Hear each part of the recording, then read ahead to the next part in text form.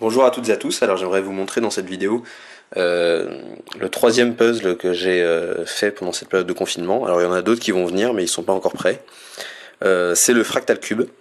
Donc le principe est très simple, il s'agit d'encastrer en fait 3 2 par 2 les uns dans les autres. Et donc chacun des 2 par 2 est totalement fonctionnel.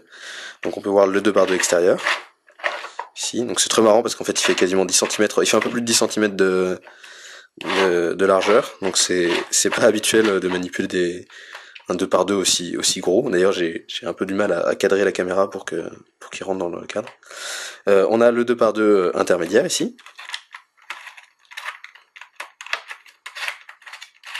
Voilà.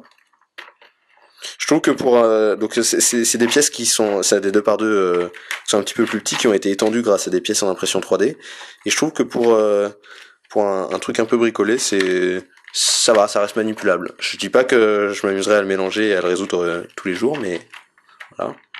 Mais je trouve que ça reste raisonnable.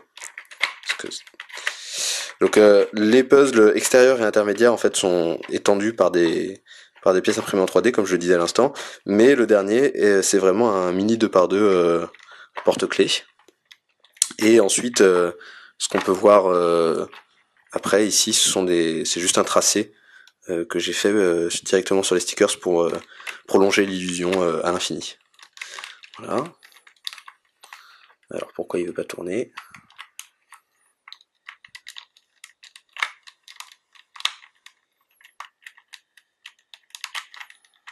Si, il veut bien.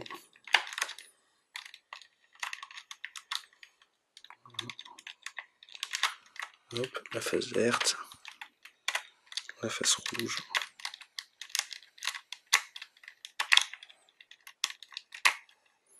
Et la face jaune.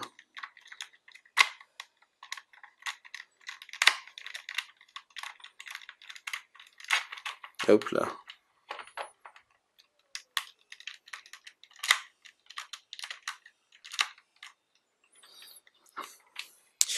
Et je peux vous donner un petit aperçu du mécanisme, donc c'est pas très compliqué. Alors je sais plus, je crois que c'est celle-ci.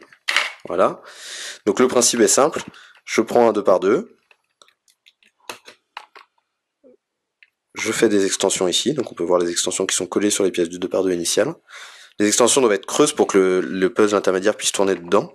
Et j'aménage une petite loge pour venir le joindre à l'autre 2 par 2 qui est ici, et sur lequel on voit un système à peu près similaire d'extension collée au 2 par 2. Et ce 2 par 2 fait exactement la même taille que le petit qui est ici, et les deux 2 par 2 ici sont aussi joints par un coin.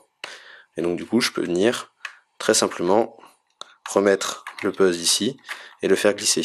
J'ai essayé de maintenir en fait la démontabilité du puzzle, donc on voit ici que j'ai toujours accès à la vis qui permet de démonter celui-ci, parce que je me dis que si jamais j'ai une des pièces qui, comme tout est collé à la glu, si j'ai une des pièces qui casse, c'est vraiment crucial que je puisse y accéder. Donc de la même manière, toutes ces extensions en fait sont toujours liées aux pièces ici, et normalement je dois pouvoir toujours les démonter comme ça par exemple.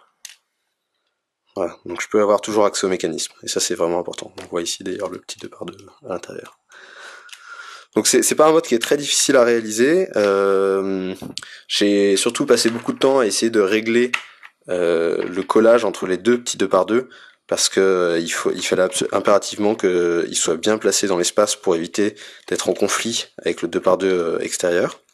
Parce que j'ai mis le jeu minimum en fait pour que les pièces passent les unes en dessous des autres, afin qu'il n'y ait pas trop de trous et que pour le visuel ce soit plutôt joli. Donc voilà, je suis assez content du résultat, j'espère qu'il vous a plu, et à très bientôt pour une prochaine vidéo.